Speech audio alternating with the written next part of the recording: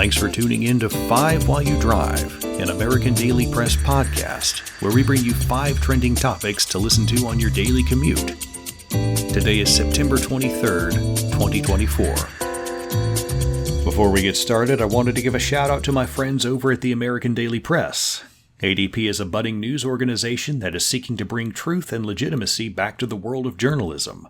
Their mission is to empower readers with accurate, well-researched information to foster a deeper understanding of our world, breaking through the propaganda and arming the people with truth.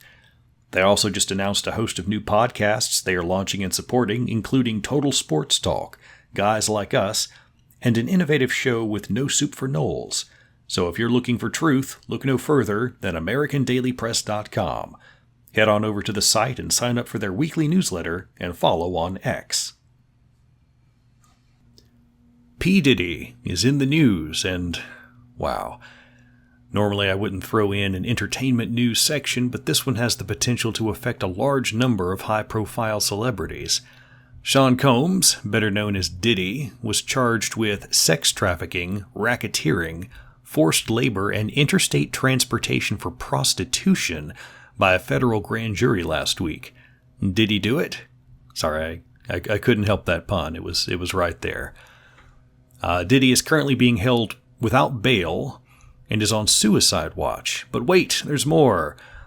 Diddy's late ex-girlfriend Kim Porter has posthumously published a tell-all book titled Kim's Lost Words, which purports itself to be a collection of diaries that Miss Porter wrote describing, let's call it abuse and depravity, before her sudden demise.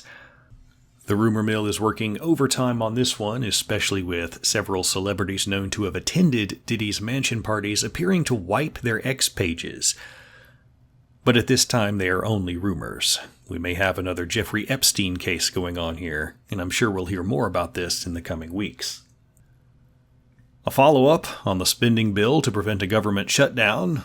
Well, it turns out it was overly optimistic on the part of Speaker Mike Johnson to try and include the SAVE Act in that one.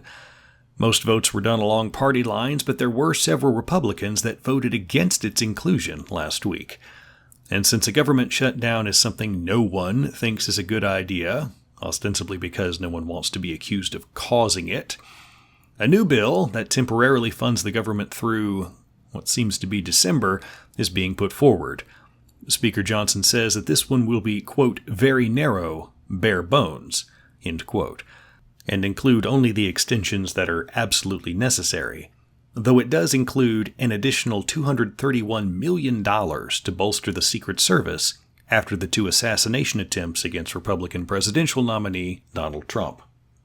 Speaking of former President Trump, he and Vice President Kamala Harris have been invited by CNN to a second presidential debate. Or third, depending on how you count them. Quote, both Vice President Harris and former President Trump received an invitation to participate in a CNN debate this fall, as we believe the American people would benefit from a second debate between the 2 candidates for President of the United States, end quote.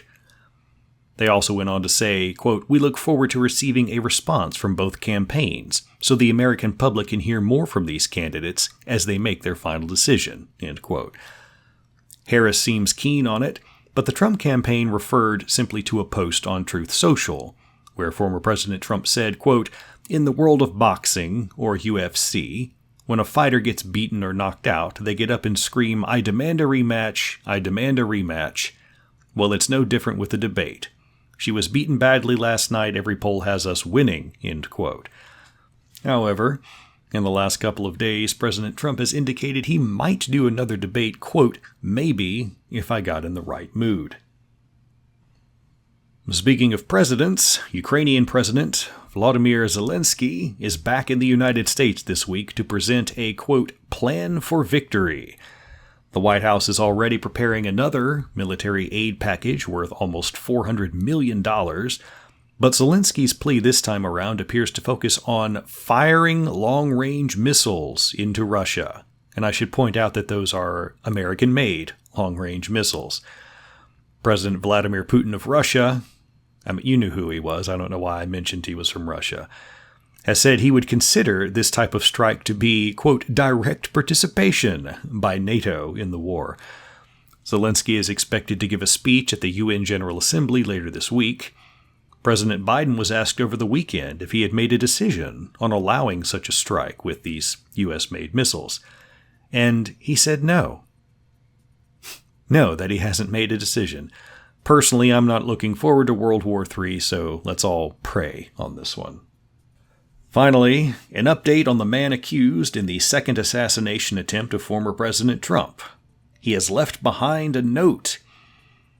Now take this with a grain of salt because the suspect's attorneys have not responded to any questions about it, but according to prosecutors, it says, among other things, quote, "This was an assassination attempt on Donald Trump, but I failed you. I tried my best and gave it all the gumption I could muster. It is up to you now to finish the job, and I will offer $150,000 to whomever can complete the job." End quote. Now, this note was found in a box that also contained things like ammunition, a metal pipe, and some other miscellaneous items, and the box had been dropped at the home of an as-yet unidentified person. What strange times are these? Thanks for tuning in to 5 While You Drive. We hope you enjoyed your stay. If you like what you heard, give us a follow on X or visit AmericanDailyPress.com. If you have any feedback for the show, you can shoot us an email at 5drive, that's the number 5 and the word drive, at AmericanDailyPress.com.